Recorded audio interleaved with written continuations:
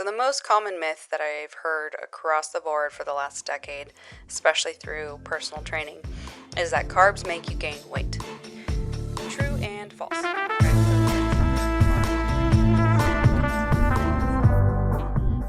You've just tuned into Rebel Wellness Podcast, your resource for realigning and revitalizing your health and well-being. I'm your host, Kaylee, also known as Coach Kales. I'm a holistic health educator, certified nutritionist, and fitness professional of nearly a decade. I'm stoked to have you with us. You just joined a community of amazing souls who are ready to break free from the confines of the often outdated and confusing health advice all around us. Living in a world overwhelmed by quick fix diets and unrealistic beauty and body standards, us rebels stand for change. If you're like me, you're exhausted with the confusion and polarization plaguing the social media health scene. My mission is to empower you to step beyond today's diet culture, adopt a holistic health approach paired with the foundations of science for lasting, well-rounded wellness. Through teaching you how to tune in and embrace your mind, body, and soul, we'll reject one-size-fits-all solutions, realigning you on a better path that honors your unique needs and values. With new episodes weekly, this podcast is your sanctuary for deep wellness exploration, featuring expert advice, real-life stories, and a true commitment to your growth. Your journey to better health and simplicity in life begins now. Let's jump right in.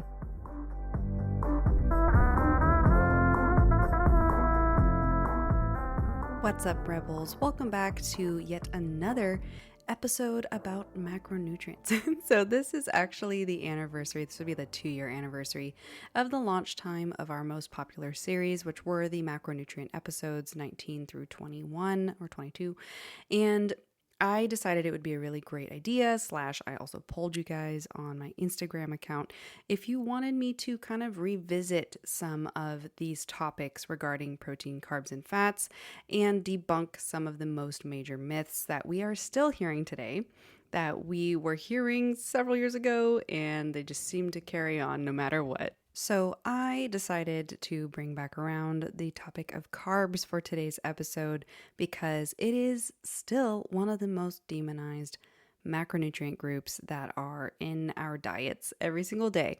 And I think there's a lot of things that are important to remind you. So even if a lot of these myths are things you already know are myths, sometimes it's good to have that reminder of like why, so that it stays at the forefront of your mind, so that when it comes up in your mind, food rules that we learned when we were really young tend to float around and still dictate our decisions, even though we may know that they are not the actual truth.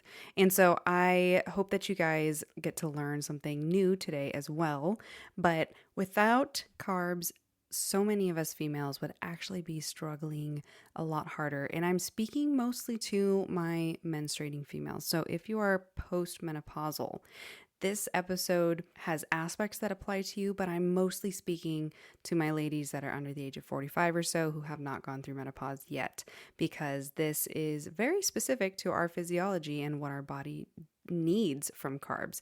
But I'm not going to talk too much to that point. If you guys would like to hear more about that, I would love for you to DM me. And, with that, come join our community on Instagram at Rebel Wellness Podcast and at Kaylee Loren. You can find the links in the show notes.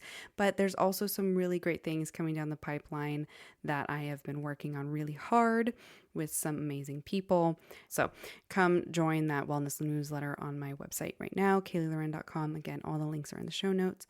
And anything I discuss in today's conversation are also going to be found in the show notes, as well as other recommendations and affiliate discounts that you guys can take advantage of, that I have built relationships with some great companies. And so they have provided my listeners with some discounts. So again, today we are going to be busting some of the biggest myths about carbs. I'm going to share my practical tips for eating carbs in a way that supports your hormones, energies, and metabolism, especially if you are still menstruating. Like I had said before, I just wanted to kind of hit that home because that is an important thing to say because it is very specific to this category of female. But I also think that if you are menopausal and you have children that are still in their 30s or 40s, that this is definitely an important episode for you to hear so that you can share the knowledge with them too. All right, let's dive in. Okay, so one of the most conversational topics that come up whenever I'm nutrition coaching with anyone, especially also in the fitness kind of environment, is always carbohydrates. There's always confusion. There's, huge polarizing like narratives that people will come up with. And I would say that easily it is super demonized, and they are not the demons that people make them out to be. So what exactly are carbs? So if you want a huge deep dive into it, I would go to episode 21 of our podcast. That is the carbohydrate macronutrient episode. That's going to be your best resource for learning the ins and outs. That is still one of our most top performing episodes ever across the board. So it does seem like people are still confused about carbs. But just for a little short reminder, so carbohydrates are one of the 3 macronutrients in our body that our body needs in large amounts. So that's why they're called macronutrients, that they come alongside with proteins and fats. They're found in plant-based foods like fruits, vegetables, grains, legumes, and also in dairy as dairy sugars. And they serve a lot of vital roles in the body. So some of those roles are providing quick, efficient energy for your brain, your muscles, your nervous system, supporting healthy thyroid hormone conversion. They promote lean muscle growth and exercise recovery, and they feed your beneficial gut microbes, aka fiber, and they support hormone production and the communication between your hormones as well. And one of the most important ones that I really like to remind people, especially for my stressful ladies out there, or my stress-filled ladies, they help with calming the stress response system, so your HPA axis. A lot of you who've been listening to my podcast might know that I have HPA axis dysfunction. That is not due to carbs, but I'm just pointing that out, that can go awry when you exist in a chronic stressed state for too long. And so carbs are part of managing and balancing that system. So they are so much more than just something that makes you happy when you eat them and makes you gain fat, okay?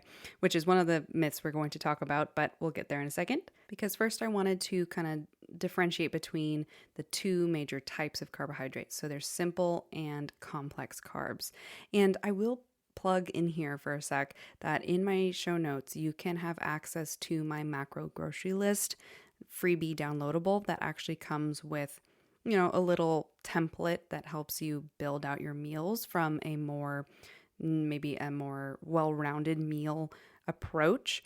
But with that comes a big master list where I have written out a bunch of different food items that go in different categories, and I've specifically split simple and complex carbs on that sheet. So it's a little cheat sheet. So I highly recommend you download that if you want to visualize and learn what foods go into what categories.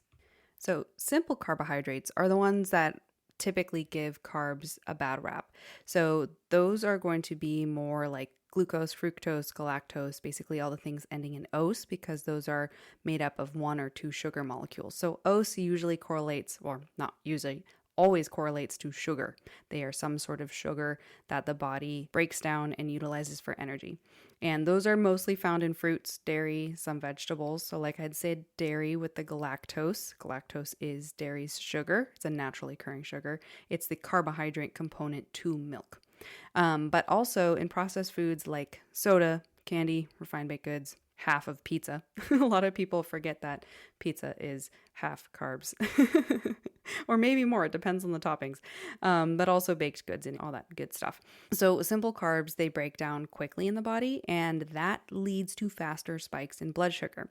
So that's where we get the bad rap for a lot of carbohydrates, is because they are quick energy, and if you are not utilizing that energy through movement or having more lean muscle mass at rest, because that does also use more energy, you will most likely store that excess energy because your body's like, oh, you consumed energy. We're not using it yet. I guess I will store it? Question mark? For lack of better, that's a little metaphor, I would say, is thinking of it like that. It's like you're giving it to your body. Your body's like, well, you must have had a reason that you did this. I'm going to wait till you give me the reason. The reason could be you go on a walk or go to the gym or do a sport or any sort of activity, and then your body's like, great, I'm going to use this energy that I ate today and use that for energy. And then there's people who don't use it but still consume that like the bagel in the morning and you sit at your desk all day and you maybe clocked like 3,000 steps, your body's like, for some reason you gave me these extra carbs, aka sugars, and you're not using them, so I guess I have to store them. So that's kind of like a really high level version of what that kind of can translate into and why, because you don't just poop out sugars, unfortunately, as quickly as you would think, just because you didn't use them. So that's why over time you end up storing it. All right, but complex carbohydrates, on the other hand, they have longer chains of sugars and take longer to digest because of it. So they result in more stable energy. And so complex carbohydrates would include starchy vegetables like sweet potatoes, beets, and squash, which I personally myself have been bringing sweet potatoes back into my life because they are a really healthy hormone food to eat, especially in the latter half of your cycle. So after ovulation until you bleed, basically. Whole grains like quinoa, oats, and teff, and legumes such as black beans and lentils, etc. Those are going to be complex carbohydrates because they include more fiber with the longer chains of sugars and also vitamins and minerals that you usually don't find in simple carbohydrates, and or if they are, they're not in the volume that you would find in complex carbohydrates. And these components, the fiber, vitamins, and minerals, are critical for hormone balance, digestion, and immune support. So these are things that are really important for you to include in your diet as a carbohydrate source, if not prioritize usually, if you would like to have the best balance, have good stable energy, and really good digestion and a happier gut health. And one quick little note on this little sciencey understanding section of today's podcast is that I want you to know why fiber matters. So fiber is a type of carbohydrate that's found only in plants, and though we can't digest it, our gut bacteria can. And that's a really good thing because we are learning that our gut is our second brain. We have to take care of that thing like as if it were equally important to our heart and our brain. And, because we only think about prioritizing like cardiovascular health because we need to keep our heart pumping, because if it stops pumping, we are dead. And same thing with the brain. If your brain has a problem, the rest of you is for sure having a problem.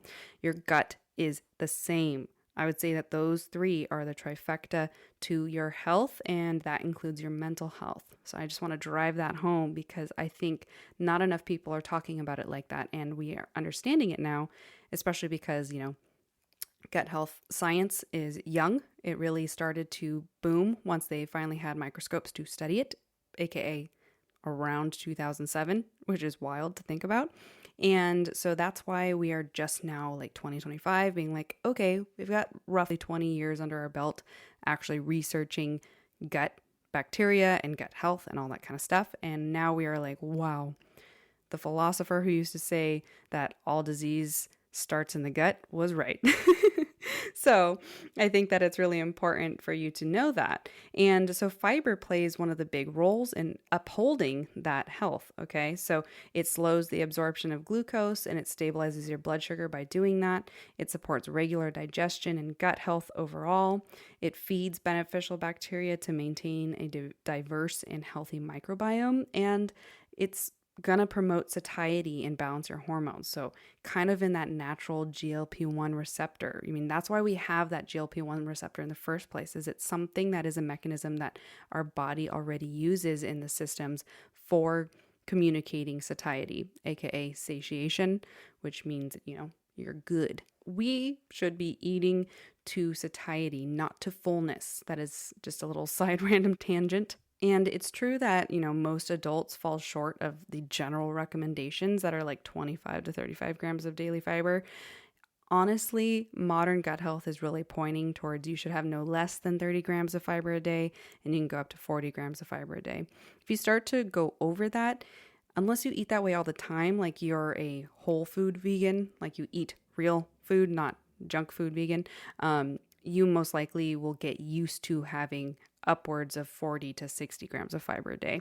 It does take time. That's why becoming a whole food vegan tends to involve a lot of farts and things like that, unfortunately. But that would be why, is it's usually that high dose of fiber. But again, most people are going to feel really good and regular with happy hormones and good gut health around that 35 grams of fiber a day.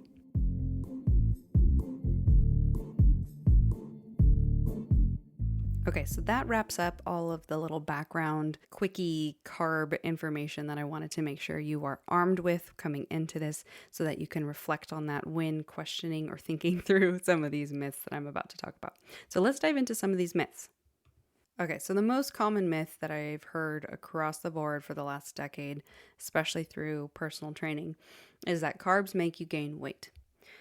True and false. Okay, so the true part is weight means any amount of mass on your body. That could be muscle, that could be water, that could be fat, that could be your skin. It can be a lot of things. And so weight is not a good measure of health. This is why BMI is kind of BS, especially for, like my husband is 230 pounds and he has, I think his body fat percentage is like 19%. That means like a very large portion of him is muscle, a ton of muscle. And that does not equal obesity. His BMI comes back as obese because that's just unfortunately the outdatedness of the scale. I have an episode on that from last season. So go scroll back and listen to that guy. That one's a really good one to help you understand that better. But I will say that when you think of the difference between health and weight, it is not synonymous.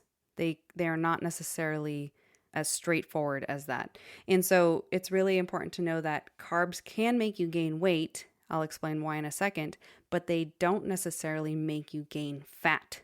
Okay? And a lot of us just think immediately, oh, I'm gaining fat because it's showing up on the scale. No. Hardly usually the situation unless it's consistent and it's increasing over time. This is why if you have a healthy relationship with the scale, it could be a useful tool for understanding not only how your lifestyle habits are going, like if you are slowly eating a little bit too much or if you slowly started to creep in a lot of treats or alcohol consumption or you're less and less active, the scale will tell you when an energy imbalance is going on, meaning you are gaining weight. It can also tell you if you're gaining muscle, and a lot of people miss that kind of differentiation. But at the same time, it can be a really useful tool for you to learn how carbs make you hold on to water. So that's the difference. So you may be seeing weight go on, or you may look a little puffier, but that's typically correlated to the fact that I believe it's 1 gram of carbs binds to 2 grams of water. So water weight, quote unquote. So if you are not drinking enough water and your kidneys are not having a healthy relationship to the water balance in your body, that's what your kidneys do. If you chronically dehydrate them, that's when you're going to see yourself react to super salty foods and puff up, or carbohydrates and puff up. You sway a lot more with water retention when you are not consistent with your water intake. So the concept that carbs make you gain weight is typically correlated to the fact that they can make you hold on to a little bit more water. But again, this is temporary. And this is part of your body discovering what it wants to do with this sugar, essentially, that you've put into it. And if you're somebody who is an adult female who is generally active, if you're getting more than 6,000 steps a day, or you do some workouts and things at least like 3 or 4 times a week, etc., carbs are essential for your energy and they're extremely important for your hormone health. So overeating ultra processed carbs and undereating protein and fat, that's typically the issue more so than carbs making you gain weight. So a lot of times too, people will think about, oh, I'm eating too many carbs. Well, what kind of carbs were you eating? Because like I was saying earlier, usually when you're thinking, oh, I ate pizza, chocolate croissant, bagel, you're thinking of stuff that you ate. You're like, carbs, carbs, carbs. Yes, the common denominator is carbs. Not entirely. The other half, if not maybe 2/3, depending on the food item you had, pizza, half fats. Bagel, half fats with the cream cheese. Croissants with chocolate filling or whatever filling. Croissants are literally laminated with butter. Laminating meaning layered. That's what makes them crispy. So most of that is actually fat as well. So the combination of fats and carbs with no protein is usually the issue that is making you gain weight, because those are both energy specific macronutrients. And so your body is going to store them for energy if you're not using them for energy. So again, that's the important thing to observe is it the carbs or is it the food quality that you're eating? And is it ultra processed, meaning it's typically more simple carbs, which means you're eating more quick sugars. And again, if you're not using those quick sugars for energy, your body wants to store it. So in the bigger picture, calories and your insulin sensitivity matters a lot more than just the carbs alone. So like a lot of my clients know, rounded meals are so important. So every meal needs to have a good quality fat, good quality protein, and a lean protein rather, and good quality carbs, ideally more complex carbs than simple carbs. But again, if you're somebody who is active, think of your simple carbs as energy. Eat them when you are the most active. So usually it's best to have more of those simple carbs in the morning or for lunch, and then to go more towards your complex carbs for dinner. Okay, so that's kind of one of the little pro tips that I wanted to weave into talking about this myth that carbs make you gain weight, because it's important to know that there is a strategy, especially if you look at your lifestyle and you know you're not going to be very active. Same goes for the opposite. Frequently, I will see a lot of female clients, especially long distance runners, avoid simple carbs and stuff just because they're, a lot of people, like, not to ruffle feathers, but a lot of people go to running because they think it's going to help them maintain like a lean body. In reality, most women end up skinny fat when long distance running chronically. Our bodies they're not really built to run long distance. It's like the funny phrase that a lot of people say that I tend to say is like, what are you running from? A lot of women run long distance long term because they're running from something. A lot of people say like, oh, I just really like the running high. Well, you can get that from a lot of other things that are less hard on your body. Running can be really tough on your joints long term. Our pelvises are more curved than a male's, so it's really hard on our hip joints as well. And there's a lot of hormone problems that can come from chronic long distance running long term. That's why you'll see a lot of people like Robin from Peloton struggling with fertility because she just maintained that leanness and was like a triathlete for so long that the female body just doesn't love that. And I'm not saying that that's bad or wrong or any of that stuff for her lifestyle, but I am saying for your lifestyle, that is not maybe a aspiration to shoot for if you're looking to have longevity in your joints and healthy hormones long term. But like I was saying, if you are more active, you do need more carbs. So consuming more simple carbs, especially around your activity, you can go up to 40 grams or 50 grams of carbs for pre or post meal or pre or post workout. That can really increase your endurance, your strength, and so much more. So I've actually had clients body recomp, so lose fat, gain muscle, from increasing their carbs, but typically real food carbs, not usually going to be from those ultra processed carbs like I was talking about. So increasing your carbs from like your root veggies and rice and lentils, etc., those are going to be better sources for you to increase your energy output and be well nourished while also body recomping. And that sometimes doesn't show up as weight on the scale. A lot of times when my clients recomp, they only maybe lose like 3 pounds on the scale, but that's because they usually put on like 5 to 10 pounds of muscle and lose like 15 pounds of fat. And so you don't really see it on the scale because of the recomp. Okay, so let's go into the next myth. So there's another myth that a lot of people will say. They say you don't need carbs, you can just go keto or carnivore. And, hardcore carnivore, not animal-based carnivore. Like I've talked about that before earlier this year when I discussed the carnivore diet. And this actually is one that hits home because I have tried both keto and carnivore as a menstruating female, more for research and understanding for my clients who were doing that, or for understanding it as an intervention for potential clients where it makes sense for them to follow one of those diets therapeutically. But for myself, I did find, particularly more with carnivore, maybe just because I was a little older at the time, because I did keto. I experimented with that when I was like 26. And then when I did carnivore was this time last year, which was just had turned 30. So those were, kind of different timelines in a woman's body, and our chapters change faster than you guys think. I think all of us like to think of it as decades, but I honestly think that it's like every 5 years is something new is going to happen, especially depending on like your lifestyle and all that kind of stuff. And so saying that women don't need carbs, or people in general, you can't box women in, especially menstruating women, in with everybody else.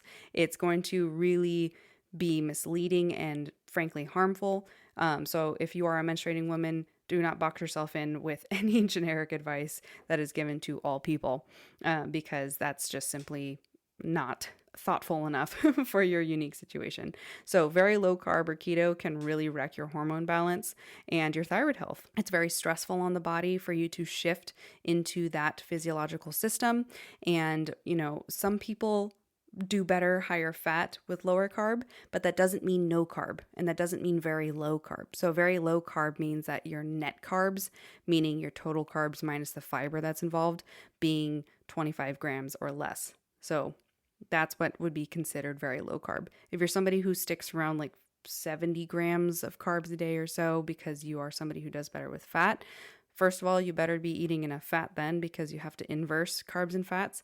Your protein should always stay pretty consistent in your diet every day, but your carbs and fats can oscillate essentially up and down depending on which you're going to pull from more or what you feel better on. So people who like fats more, you still need a baseline amount of carbs. And I wouldn't go below 50 grams of carbs a day if you're a menstruating female. Again, if you are somebody who is postmenopausal, you can really benefit from a keto green diet. You can look into Dr. Anna Kabecka. She does a really great job of helping menopausal women navigate that there. But I will say, you are going to really harm yourself as a menstruating woman doing more than several months following a ketogenic or a carnivore diet. That is not just from my own experience, that is also from the experience from a large amount of women online, but also just science, because unfortunately it does stress your thyroid. Your thyroid is pretty much your metabolism. It's your energy. It's, which that's kind of redundant, but it's just for you guys with lay terms.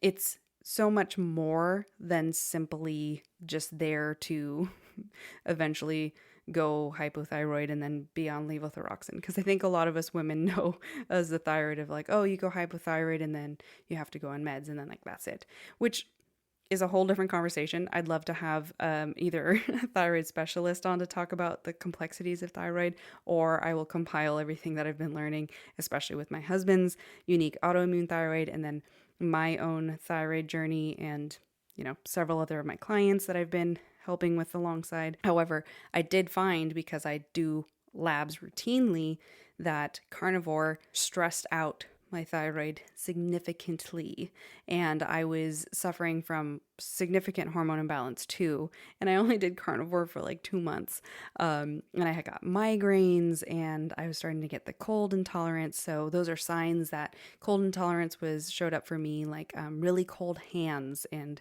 feet, and feeling like even if I was sitting in the car at 74 degrees, like I was cold. Those are signs that your thyroid is stressed, and they're most likely subclinical hypothyroid, which means that your doctor won't prescribe you. You land in the quote unquote normal zone for TSH if they test that. And, but those symptoms are very real, and they are a sign of something. They're, as your body is starting to tell you, hey, this organ, aka your thyroid, is getting stressed out. And reducing carbs, or removing carbs rather, does stress out your thyroid, especially over time for menstruating women. If you are a healthy menstruating woman, you will feel that, unfortunately. So that is, again, a good myth that I want to debunk. You do need carbs, especially if you're a menstruating woman, especially if you're somebody who is looking to keep that thyroid conversion healthy, manage your cortisol well, and keep your estrogen progesterone rhythm nice and strong. So don't you cut out carbs. Okay, the next myth is a quick one. that I'm not going to dive into insanely. But fruit, it actually piggybacks off the last one as well. Fruit has too much sugar, it's going to make you fat. Oh my God. Raise your hand if you've heard that one before. There's a phrase that I learned back in my bachelor's degree where my professor said, "You've never seen a fat monkey," like monkeys who eat fruit all day long. And it's true. They are active. So, again, that brings into question activity. How much fruit you eat, as it being a more simple carb, but it's not entirely always a simple carb because it does have fiber and water and nutrients, unlike simple carbs like soda or something. But at the same time, you just remember to be mindful of how much you move if you're going to consume more of those simple sugars. Fruit is delicious and it definitely has sugar. Sometimes it could be too much if you're somebody who doesn't move enough. But again, the best thing you can do is still enjoy your fruit, get your nutrients from it, including the fiber, and go on a walk or something for just like 10 to 15 minutes. And that drastically affects the blood sugar spike. But, berries and apples and other citrus and stuff, those are really great sources of nutrients and they are quite lower carb. I believe berries, including like strawberries and such, are on the lowest carb on the spectrum. And they provide a lot of really great nutrients, including like akkermansia, which is a very healthy thing that your gut needs, essentially. I don't want to get too sciencey there. But piggybacking off of that, the last myth I wanted to discuss was that carbs spike your blood sugar, and that's always bad. Okay. All right. Buckle up. I'm not going to try to make this one too long, but I will say that it's been a very interesting discussion that has come up a lot more ever since Glucose Goddess has become in the forefront of the world on social media. So, and there's a lot of things where I think people take what she is saying out of context. Unfortunately, that is what happens when you grow a massive audience. And so I don't fault her. So I'm going to first say that. I don't think that she's like, this isn't me poo-pooing on any of it, but there is a lot of confusion that unfortunately general population has taken from her exposing how your blood sugar reacts after food. Okay. So yes, carbs are sugars, and if they're more simple carbohydrates, they're going to be simple sugars, right? So those are going to spike your blood sugar quicker and possibly higher. This is why having a rounded meal that includes a good quality fat and good protein isn't always going to blunt that spike. So that is why that is super important, and you can definitely benefit from nutrient timing when you're eating your plate, focusing on the fiber rich, the fat rich, and the protein rich foods, and then finishing with the more simple carbs, because that will also help that blood sugar spike. However, blood sugar spikes are normal. That's how your body is going to react to the foods that you eat, and it shoots out the insulin to manage it, okay? So this is something that doesn't necessarily hurt you, and it doesn't mean that carbs are bad. Okay, that's just a natural response to the sugars, because that is how your body processes and manages the sugars that get into your body. And so that's an essential thing that needs to happen whenever you eat these foods, okay? So they are not a bad thing. And I've actually had several type 1 diabetic clients who use continuous glucose monitors, not for trendy reasons, and they have sent me screenshots, or we've seen it together when they've been working out, because type 1 diabetics are unique in the sense that sometimes exercise makes their blood sugar drop drastically, and sometimes it can make things go all wonky and like your blood sugar spike out of nowhere. It's a very complicated and complex to the individual situation, but I've had those clients send me those things, or we've discovered that when they do pair their foods with a more robust, well-rounded meal with all those components like I was talking about, their blood sugar stays in that happy zone all day long. And when they don't, and they skip out and they don't have enough protein with one meal, or they don't have a healthy fat with a meal, their blood sugar will go all over the place, requiring them to have to adjust their CGM to administer more insulin or less insulin, depending on the situation. So that is a really good example for somebody who sees their blood sugar all day long and has to manage it manually, because they have to give exogenous insulin. So they have to give themselves insulin, because with type 1 diabetics, their pancreas doesn't produce that insulin because they're born with insulin resistance. And honestly, insulin dysfunction is more like it, because when you get into insulin resistance, that's more when you have type 2 diabetes, where you've built this resistance to it because you've chronically eaten in a too high sugar state constantly. And so I will say the one gray area clarification with this concept of carb spike blood sugar, and that's always bad, is if you are constantly eating like this and letting your body go into this spiked state and then drop state, usually you're a person who has severe hangriness between meals. That's a good sign that you're dysregulated. And that's a good sign that you need to add more protein or healthy fats, or both ideally. Ideally, always have good protein in every single meal to help this, especially for the satiety component. But if you want to reduce your chances of fat being stored, you're going to want to have more proteins as well. But you can balance that out and rebalance and reset your system by making sure you have your meals rounded like that. It is going to be more obvious to you when you have an imbalanced meal if you get that spike and drop and you go from like really happy or really sleepy. Those are like different ways that too much carbs and a blood sugar spike can happen. And then when it drops, you get angry, you get irritable, you can get anxious. There's a lot of different things that happen from blood sugar lows. And so you want to pay attention to those signs and symptoms, and then that will help you understand if you should be rounding your meals out better, improving your meals in the ways that I suggested, etc. Yada, yada. You get the picture.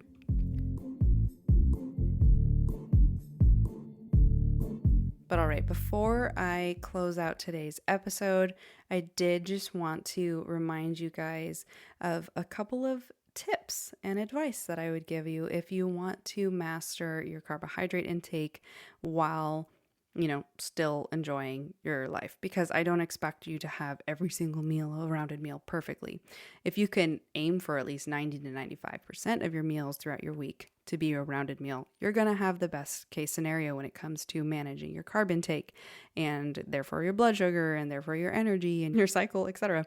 Because unfortunately, PCOS is now being called diabetes of the ovaries because we are learning that correlation to insulin resistance and how, high stress with a more insulin resistant state in the body, usually eating imbalanced meals and being highly stressed and being inactive, all of those things are compounding and causing PCOS to happen.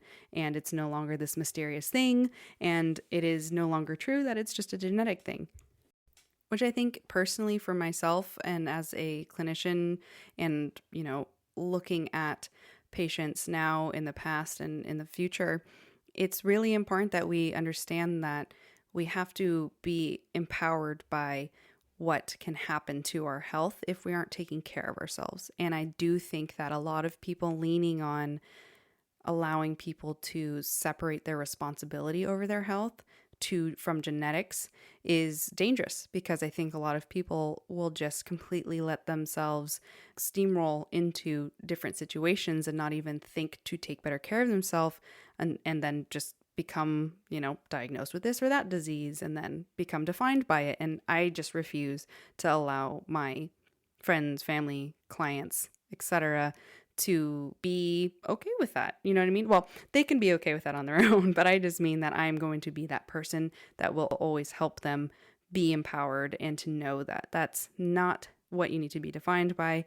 And yes, you can prevent these things. Yes, you can reverse a lot of these things and heal from these things. And so I really want you listening right now to know that your health is in your hands and you can do so much more to take better care of yourself, like listening to this podcast episode today and educating yourself a little bit better on how you can, do better for yourself. And I think that that's really important. And I hope you feel a little bit more empowered by that, because I don't think that it's good to continue living by these food myths, and so that's what I really was hoping to help you guys get out of this series, is to kind of break down and remind you that a lot of this stuff is not true, and there's a lot more context to it that I think is really important that you guys know. So I'm going to leave you with these top carb tips.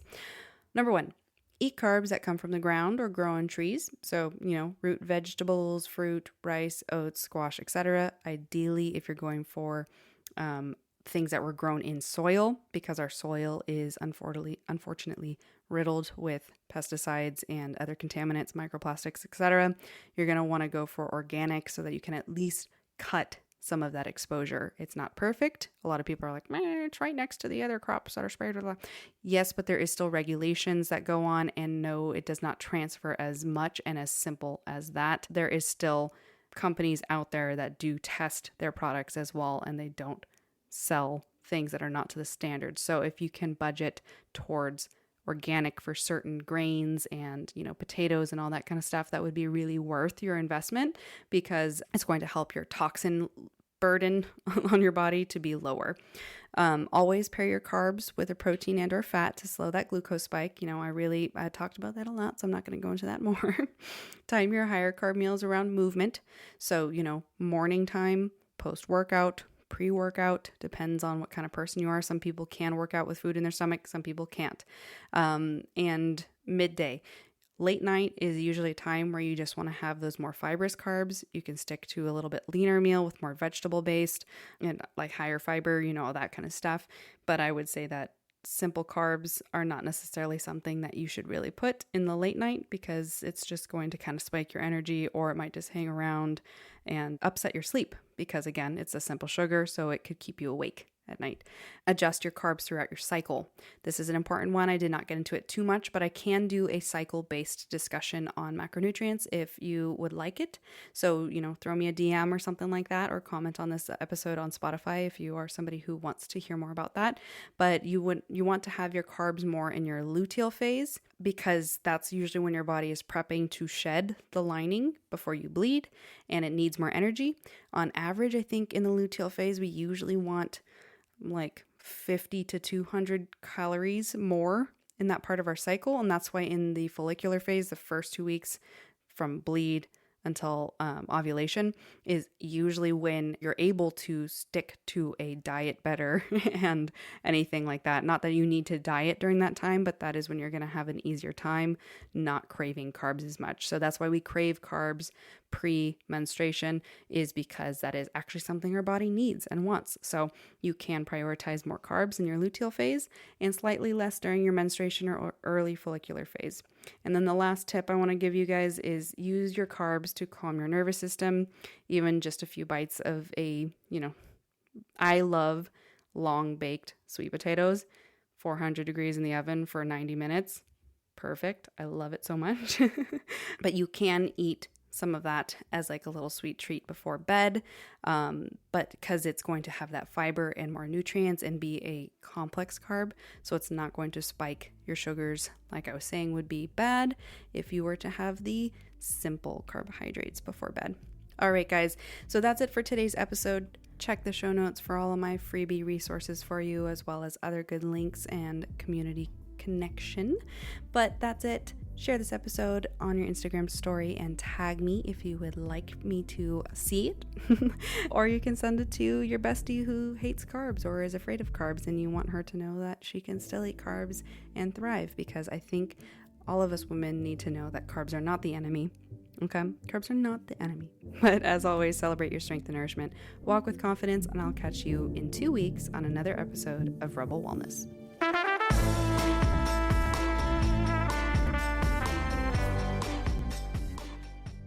What did you think about that episode? If you enjoyed it, I hope that you would come join my community on Instagram at Rebel Wellness Podcast, or my coaching page at Kaylee Loren, or both. I would love to see your name pop up on my new follows list. I might say hello if I catch you.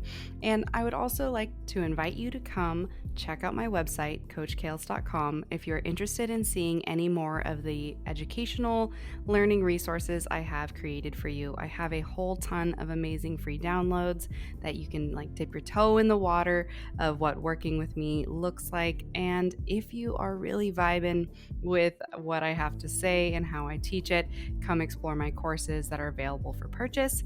They are all do it yourself, In the near future, I plan to have some awesome group coaching that will be all live, so stay tuned for that. And the best way to know when I'm going to launch those is through my monthly wellness newsletter, which is my hand-curated, not AI-generated, monthly all things health and wellness newsletter that I created to be your new favorite resource for staying up to date with the latest in the health world, self-care resources that I've created, and a bunch of the clean beauty picks that I personally use myself, and a whole lot more, as well as early access and discounts to anything that I create in the future for specifically my newsletter signup. So if you'd like to sign up, head to coachkales.com and add yourself to my mailing list. Last but not least, I would absolutely love it if you would help our podcast grow by simply sharing a rating or review wherever you stream and are listening to me right now, and share it on your social medias or text it to some friends or family members if this episode resonated and was something that you think could help somebody else, because I really would love to help anybody in your circle if I've been helping you. So I absolutely am so grateful that you're here. And if you listened all the way through, you are a real one. So all right, Rebel, until next episode.